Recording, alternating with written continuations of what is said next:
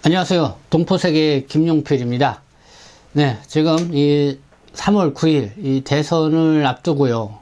역대 이 대통령들이 이 재해동포와 관련돼서 어떻게 관심을 갖고 있고 어떤 정책들을 펼쳤는지 그걸 여러분들에게 3부로 나누어서 이 말씀을 드리고 있습니다. 그래서 오늘은 이 두 번째 시간으로요. 제2부입니다. 역대 대한민국 정부와 이 재해동포 정책 어땠을까? 이 1990년대 주요하게 이 재해동포법이 제정이 됐죠. 그래서 이 재해동포법 제정과 함께 2007년도에 이 방문취업제 이 시행까지의 과정을 한번 살펴보도록 하겠습니다. 그래서 여러분들 오늘 이 시간에도 이 많이 관심을 가져주시고 여러분들께서 이 시청을 해주시면 감사하겠습니다. 그래서 이 세계화 시대를 맞이해서 이 재해동포 관련 여러분들이 충분히 좀 이해를 해서 그래서 이 새로운 대통령이 이 동포 문제에 이 새로운 시각으로 많이 관심을 갖고 좋은 정책을 좀 펼쳐 나가기를 기대하는 마음으로 이 방송을 준비를 했습니다.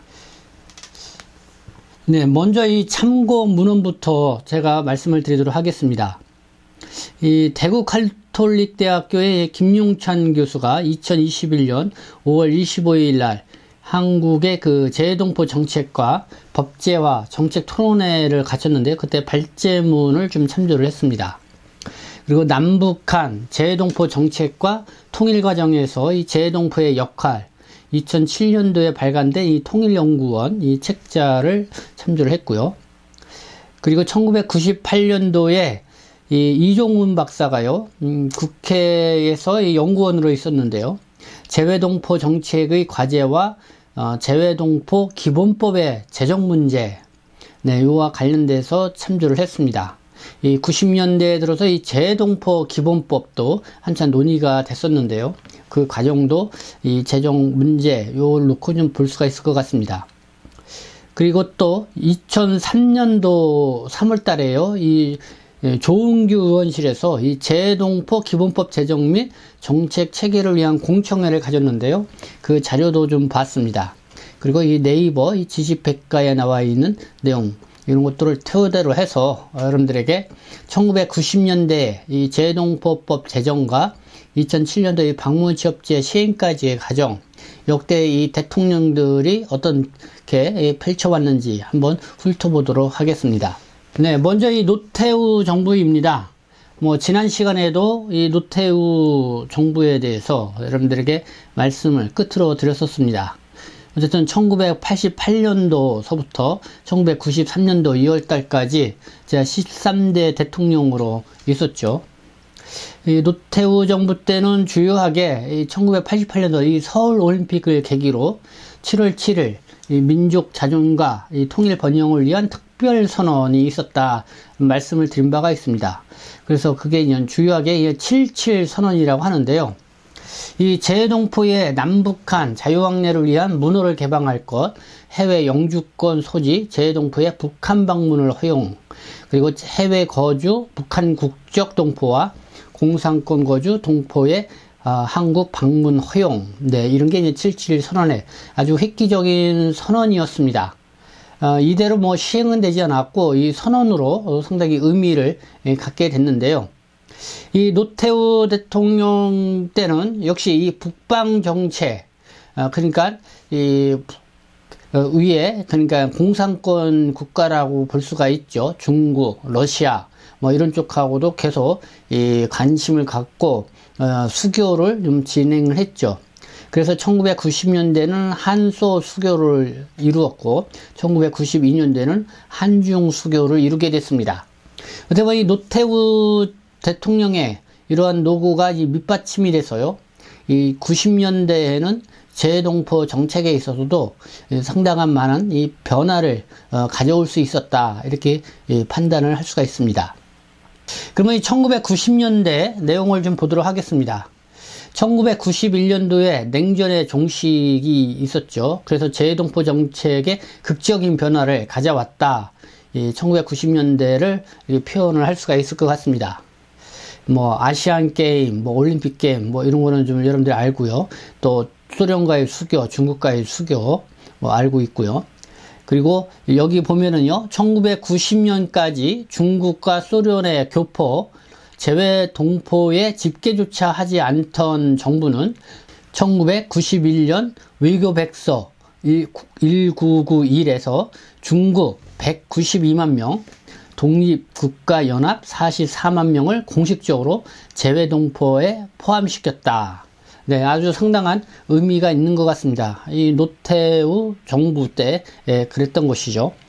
그리고 이 1990년대부터 민족교육의 대상에 사회주의권 동포가 포함이 되었으며 제외국민뿐만 아니라 외국 국적 동포, 심지어 현지인까지도 대상에 포함되었다.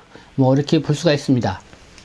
그리고 이 1990년대 국내에서 상당히 변화의 조짐이 있는 가운데에 이 미국 재미 한인 사이 로스앤젤레스에서는 1994년도에 흑인 폭동 사태가 또 발생을 했습니다.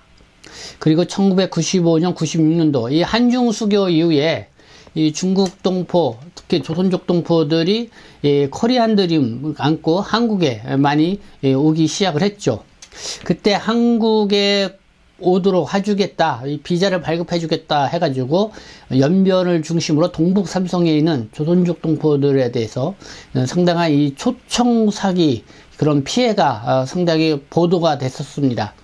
그래서 1995년, 96년도 때에 이 연변 조선족 초청 사기 피해 사건이 국내에서도 아주 주요 화두가 됐던 그런 해이기도 합니다. 네, 먼저 이 김영삼 정부, 김영삼 대통령 1993년도 2월부터 1998년도 여기까지 제 14대 대통령 했는데요. 특히 김영삼 정부라고 하지 않고 이 문민정부로 이렇게 표기를 했었죠. 이 특징을 보면은 김영삼 대통령이 되자마자 이 세계화를 부르짖고 나왔습니다. 그래서 1995년도 말에는 세계화 추진위원회 이 중점 사업으로 이 제외동포 관련 사업을 선정을 하기도 했습니다. 그래서 이 김영삼 대통령 이 문민정부 시절에 이 제외동포와 관련돼서 가장 획기적인 것은 이 정책 결정기구를 만들었다는 겁니다. 이 1996년도에 제외동포 정책위원회를 설치를 했고요. 그리고 또 시행 담당기구를 만들었습니다. 그래서 1997년도에는 제외동포 재단법을 만들어서요, 외교부 산하에 제외동포 재단을 신설을 해서 해외 거주 이 동포 사회의 지원 사업을 본격적으로 펼치기 시작을 했다. 그래서 이 문민정부의 이 세계화의 이 어떤 기치에 따라서 이 제외동포에 상당한 이 관심을 기울이고 정책 결정기구와 시행 담당기구를 만들었다. 그래서 이 김영삼 문민정부는 이 신교포 정책을 표방을 했다. 이렇게도 얘기를 합니다. 그래서 이 신교포 정책, 거주국에 동포들이 적응할 수 있도록 지원을 한다. 또 모국가의 정신적 유대 강화, 이런 등을 제시를 하고 나왔습니다.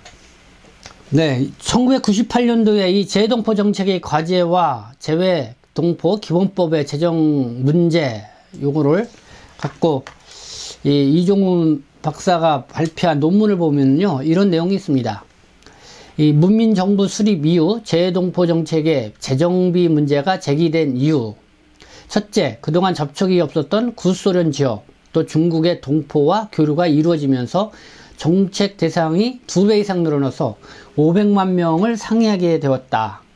그때는 제외동포다 그러면은 제1교포 또는 이런 미주 한인이었지만은 이 냉전이 종식됨에 따라서 이 북방의 동포라고 하죠. 이 중국의 조선족 동포와 이 고려인 동포들에 대해서도 상당한 이제는 관심 대상이 됐다는 것이죠. 둘째, 이들과 교류하는 과정에서 제중동포 사기 사건, 앞서 말씀드린 연변 조선족이 초청 한국에 오게끔 해주겠다고 해가지고 이 사기 피해 이런 것들이 많이 일어났다는 것이고, 그게 이제 각종 사회 갈등이 야기가 된 그런 환경이 있었고, 세 번째는 LA 폭동 사건과 이 구소련 해체로 말미암아 재미동포와 이 제중앙아시아 동포의 어려움이 가중이 되면서 이 정부 차원의 대책 마련이 필요했던 때였다. 그리고 또 세계화에 따른 제외동포 인적 자원의 이 활용과 이 필요성도 크게 작용하였다. 뭐 이렇게 분석을 하고 있습니다. 이 세계화 추진위원회, 네, 이게 어떻게 보면은 김영삼 문민정부 시절에 아주 중요한 그런 위원회로 활동을 했고, 어쨌든 한국의 이제 세계화를 이제 추진해 나가는 그런 새로운 이념이라고 볼 수가 있는데요. 그와 관련돼서 어쨌든 재해동포 정책에도 상당히 영향을 미쳤고, 거기서 이 재해동포 정책의 기본 방향이 어떻게 보면 그때 이 세계화 추진위원회에서도 설정을 했다. 그래서 그 내용을 보면은 재해동포들의 자조 노력을 권장 지원을 한다. 재해동포들이 거주지역 발전에 기여하고 거주지역 사회 내에서 융화를 이룰 수 있도록 지원한다. 재해동포들의 요구에 기초하여 언어, 전통문화, 예술 등의 차원에서 지원한다. 자유, 민주, 인권의 보편적 가치에 입각한 재해동포 사회의 발전을 기원한다. 재해동포들의 거주국 내 법적, 사회적 지위 향상을 위해 가능한 지원을 아끼지 않는다. 재해동포들의 한국 내에서의 투자 등 경제활동이 장려 및 재산권 행사 등 이익보호를 위한 국내법 제도를 개선해 나간다. 네, 이 세계화 추진위원회에서 재해동포 정책위원회 기본 방향으로 이렇게 설정했다는 내용입니다.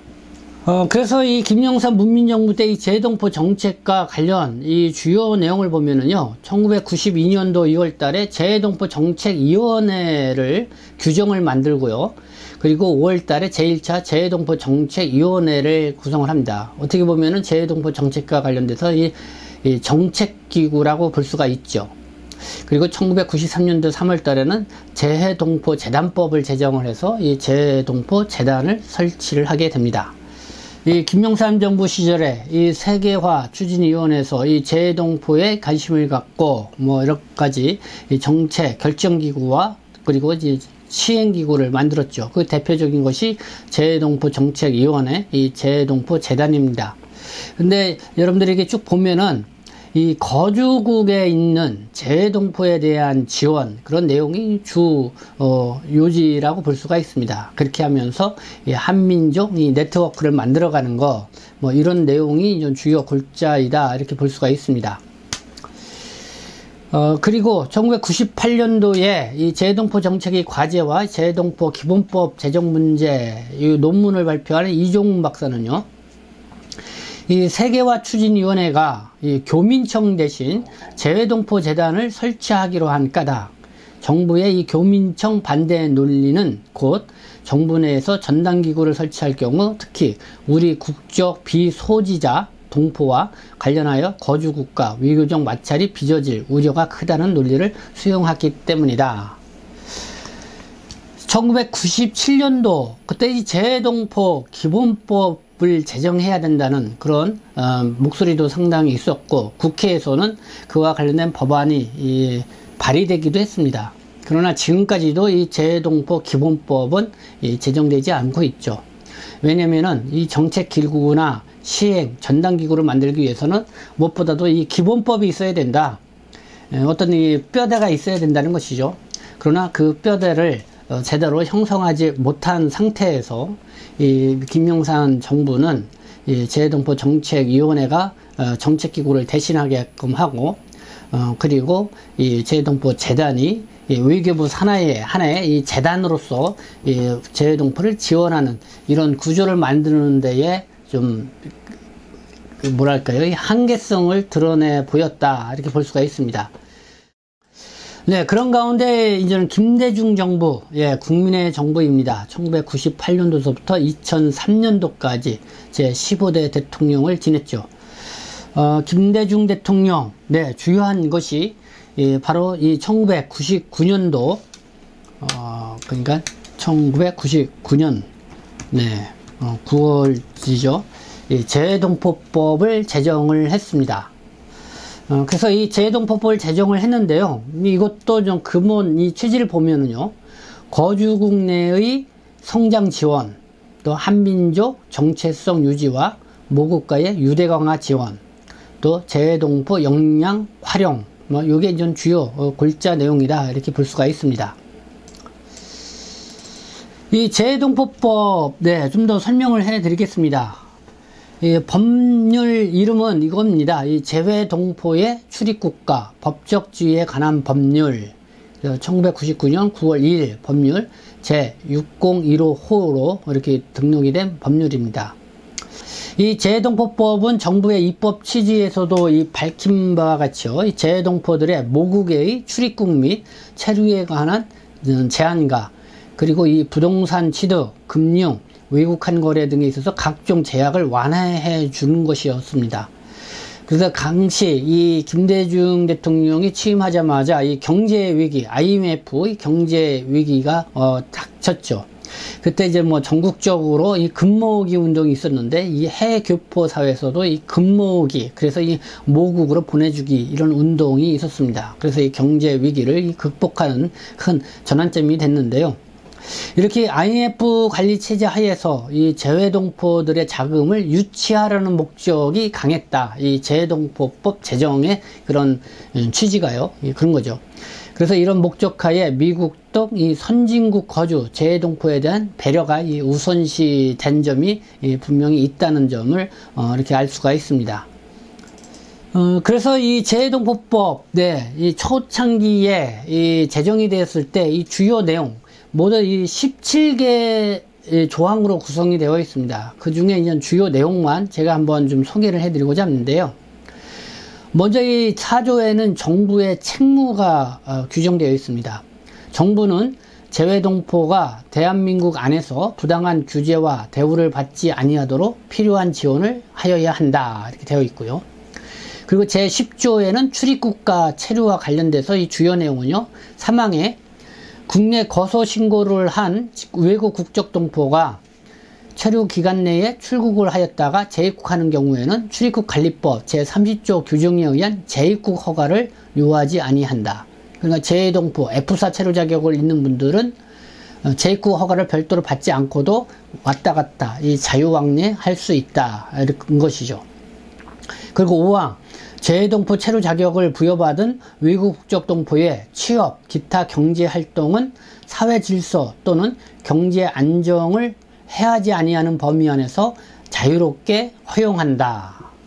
취업 활동, 경제 활동도 할 수 있도록 이렇게 허용한다고 되어 있습니다.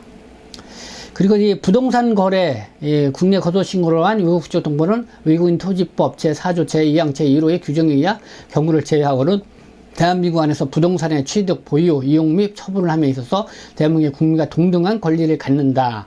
또 금융거래, 국내 거소신고를 한 재외동포는 예금 적금의 가입 이율의 적용, 입금과 출금 등 국내 금융기관의 이용에 있어서 외국한 거래법상의 거주자인 대한민국 국민과 동등한 권리를 갖는다. 여러가지 뭐 경제활동에 있어서는 내국인과 큰 차별 없이, 단 이 체류활동에 있어서는 뭐 사회질서, 경제 안정을 해야지 아니하는 범위 내에서 뭐 이렇게 좀 단서 조항이 있지만은 어쨌든 경제활동, 취업활동을 자유롭게 허용할 수 있게끔 해준 법이 이 재외동포법이다, 이렇게 알 수가 있습니다. 그렇지만은 이 재외동포법에는 논란이 된 부분이 있었습니다. 이 제정 당시 논란이 된 부분, 그 내용만 보면은요, 제2조에 의하면 재외동포라 함은 각호 1에 해당하는 자를 말한다, 이렇게 나와 있는데요. 대한민국의 국민으로서 외국의 영주권을 취득한 자 또는 영주할 목적으로 외국에 거주하고 있는 자, 이렇게 나와 있죠. 두 번째가 논란이 됐습니다. 대한민국의 국적을 보유하였던 자 또는 그 직계 비속으로 외국 국적을 취득한 자 중 대통령으로 정하는 자. 그래서 뭐 외국 국적 동포라 한다, 이렇게 되어 있는데요. 바로 이 이항 같은 경우가 1948년 8월 15일 대한민국 정부 수립 전에 국외로 이주한 동포를 이렇게 포함을 하는 거죠. 그러니까 그 이전에 출국한 사람들은 포함이 되지 않는다, 이런 것이죠.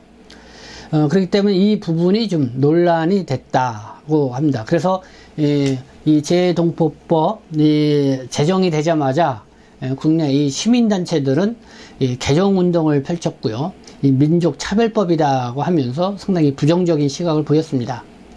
이 재미동포들 입장에서는 좀 환영하는 그런 법이었지만은 어쨌든 국내 시민단체들은 이 북방의 구스럴이나 이 중국 동포들은 배제한 이 재동포법이었기 때문에 이거는 위헌 소지가 있다 해서 그때 이제는 헌법 소원을 그때 중국동포 교회에 다니는 중국동포 3명이 좀 앞세워서 헌법 소원까지 하게 되는 그런 상황이 벌어지게 됐죠.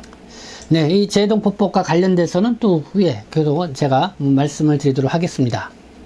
네, 이 김대중 대통령 때, 이 재해동포법, 제정 배경, 여러분들에게 설명을 드렸고, 어떤 점이 문제가 있었는지 말씀을 드렸습니다. 이렇게 하면서 저는 2000년대로 넘어가게 되는데요. 2000년대에 들어서, 네, 이 재해동포법의 이 헌재의 이 헌법 소원을 했던 것이 이제 위헌 판결을 받게 되죠. 그래서 이 재해동포법 개정 운동이 한참 진행이 되게 됩니다. 그러면서 이 재해동포법의 개정뿐만 아니라 전반적인 이 재해동포 정책, 체계 전반 재검토가 필요하다. 그렇게 하면서 또다시 이 재해동포 기본법 제정이 필요하다는 것이 강하게 목소리가 나오게 됩니다. 그래서 2003년 3월 경우에 이 조윤규 의원 국회의회에서 공청회 이와 관련도 하기도 했는데요. 그래서 2000년대에 들어서는 이 재해동포법을 개정을 하느냐 아니면 폐지를 하느냐 이런 논쟁도 아주 뜨겁게 붙었습니다. 이 폐지론을 주장하는 것은 이 중국 등 외국과의 외교적 마찰을 좀 방치한다. 그리고 내 외국인의 평등주의, 이 국제법을 원칙을 이렇게 따라야 된다 이런 목소리입니다. 그래서 이 재해동포법에 이거를 폐지하고 재외 국민법을 만들자 이런 대체 주장도 있었고요. 아니다. 그래도 이 재해동포법을 계속 유지해야 된다. 그래서 이 개정을 해야 된다. 이런 목소리도 있었는데요. 일단은 이 헌법재판소는 이 국적주의가 아니라 혈통주의를 따르지 않았다는 부분에 있어서 이 헌법 그러니까 위헌 판결을 내린 부분이 있습니다. 그래서 혈통주의를 채택을 해야 된다. 그리고 이렇게 혈통주의를 채택을 하는 것은 국제법 평등주의 위반이 아니다. 이거는 역사적 원인과 사정을 고려해야 하는 합리적인 차별일 뿐이다 하고 하면서 역시 이 재해동포법에 대해서 계속 개정을 해서 유지를 해야 된다는 그런 목소리도 있었습니다. 그러다가 이 헌법재판소의 위헌 판결이 있고 나서 한 3년 내에 이거를 개정을 해야 되냐 폐지를 해야 되느냐 이런 상황이 놓여 있었는데요. 어쨌든 가까스로 2004년 2월 달에 이 재해동포법이 개정이 되었고요. 쭉 그래서 시행을 해왔지만은 재해동포법이 개정이 되어서 구소련 또 중국에 있는 고려인 또 중국에 있는 조선족동포도 재해동포 범죄에 포함이 되어 있지만은 그러나 일부는 시행을 하고 있지만은 한동안 이 시행이 되지가 않았죠. 그래서 실제로 법이 개정이 됐지만은 거의 영향력을 미칠 수 없는 그런 법이었다. 그러다가 2007년도에 이제는 방문 취업제가 이제 도입이 돼서 그래서는 단계적으로 이 동포도를 이렇게 수용하는 그런 정책으로 진행을 해온 게 2000년대가 아니었나 이렇게 생각이 듭니다. 네, 그러면은 각 대통령별로 어떻게 정책을 펼쳤는지 한번 보겠습니다. 네, 노무현 이 참여정부 2003년도서부터 2월부터 2008년 2월까지 네, 노무현 대통령은 우리 중국 동포 사회에서는 상당히 고마운 대통령으로 이렇게 각인되어 있죠. 그러면은 이 노무현 대통령 참여정부 시절 이 재해동포 정책은 어땠는지 한번 보도록 하겠습니다. 일단은 이 3대 기본 목표하고요, 6개의 주요 방향을 제시를 했습니다. 이 3대 기본 목표는 거주국 내 권익 신장과 역량 강화, 그리고 한민족의 정체성과 자긍심 고양, 동포 간 화합 및 모국가 동포 사회 간 호혜적 발전. 네, 앞서 이 정부하고는 크게 다를 바가 없습니다. 일단은 거주국 내 권익 신장과 역량 강화 이런 부분에 있죠. 그리고 이 정책 관련 제도 또 기구 좀 활성화되는 그런 시기였다. 일단은 이 방문 취업제가 2007년도에 시행이 됐는데요. 2007년도 이 재해동포법에서 소외된 중국 및 고소련 지역 동포들 대상으로 방문 취업제를 실시를 했죠. 그래서 3년 체류할 수 있는 5년짜리 복수비자를 발급을 해줬고요. 또 고국을 자유롭게 왕래하면서 취업활동을 할 수 있게 해준 것입니다. 이 방문 취업제를 시행을 하면서 앞서 이 불법 체류 중인 동포들을 좀 구제해주는 그런 조치부터 했죠. 이 동포 귀국 지원 프로그램이라고 했어요. 그래서 동포들의 이 불법 체류 문제를 먼저 해소를 하는데 큰 역할을 했습니다. 그렇지만 궁극적으로 이 방문 취업제 H2 비자가 이 재동포 체류 자격 F4 비자 부여되는 타 지역 동포들과는 이 형평성 문제를 해소를 여전히 해야 된다라고 하는 그런 과제를 안고 있습니다. 그리고 뭐 요거는 재국민 선거권인데요.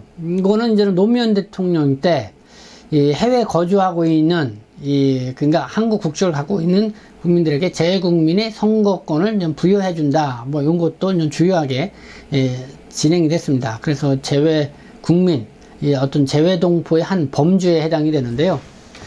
어쨌든 이 재외국민의 선거권을 부여해 줌으로써 재외동포 사회의 어떤 권익, 신장에 상당히 기여할 것으로 예상을 되면서 이 노무현 정부 때는 재외국민 선거권에 상당한 진보를, 그러니까 발전을 가져온 시기였다, 이렇게 볼 수가 있습니다.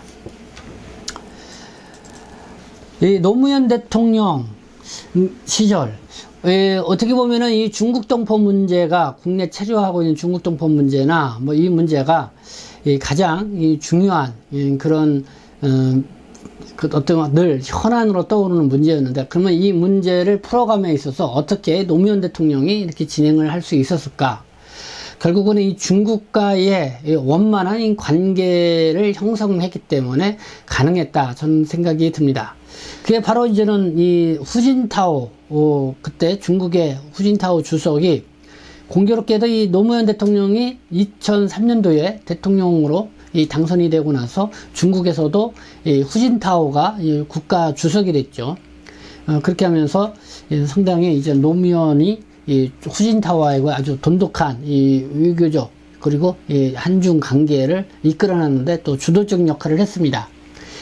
특히 이제는 2003년도 7월경 중국에서는 이 사스 문제가 아주 불거졌습니다. 그렇게 사스가 상당히 큰 그 중국 사회에서 아주 중대한 사건으로 번져지고 있었을 때 노무현 대통령이 바로 이 후진타오 국가주석을 중국 방문을 하게 되죠. 이로 인해서 상당히 큰 환대를 받게 됩니다. 그렇게 하면서 이 한중 관계가 이 전면적 협력 동반자 관계로 이 격상을 하게 되는 그런 계기가 됐고, 제가 듣기로는 당시에 이 노무현 대통령이 후진타오 주석하고 국내 체류하고 있는 이 중국 동포와 관련돼서도 어떻게 대화를 오고 갔다, 이런 얘기도 있었습니다.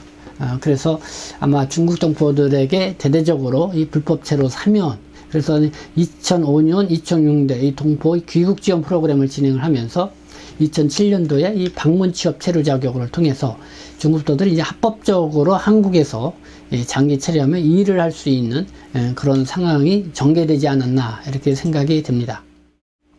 네, 이렇게 1990년도서부터 2010년도까지 뭐 여러 가지 한계가 있는 그런 시기이긴 했지만은 이 재동포에 상당한 관심을 갖고 이 제도와 정책기구와 그리고 시행기구도 만들기도 하고, 그리고 이 재동포법까지 나왔다.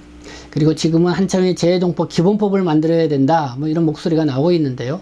뭐 이와 관련돼서도 더 진일보하게 이 재동포 기본법도 제정이 돼서 원만하게 이 재동포 이 전담기구가 설치되지 않을까, 이런 기대도 해보게 됩니다. 그거는 이번에 3월 9일 새롭게 당선된 대통령이 이렇게 의지를 갖고 풀어나가야 할 중점 과제가 아닌가, 다시 한번 생각을 해보게 됩니다. 네, 다음에는 2010년대 이후, 그리고 문재인 대통령 시기까지, 그리고 앞으로의 이 재동포 정치 어떻게 나가야 되는지 그 주제를 갖고 여러분들에게 말씀을 드리도록 하겠습니다. 네, 지금까지 시청해 주셔서 감사합니다. 저는 동포세계신문 대표 편집장 김용필이었습니다.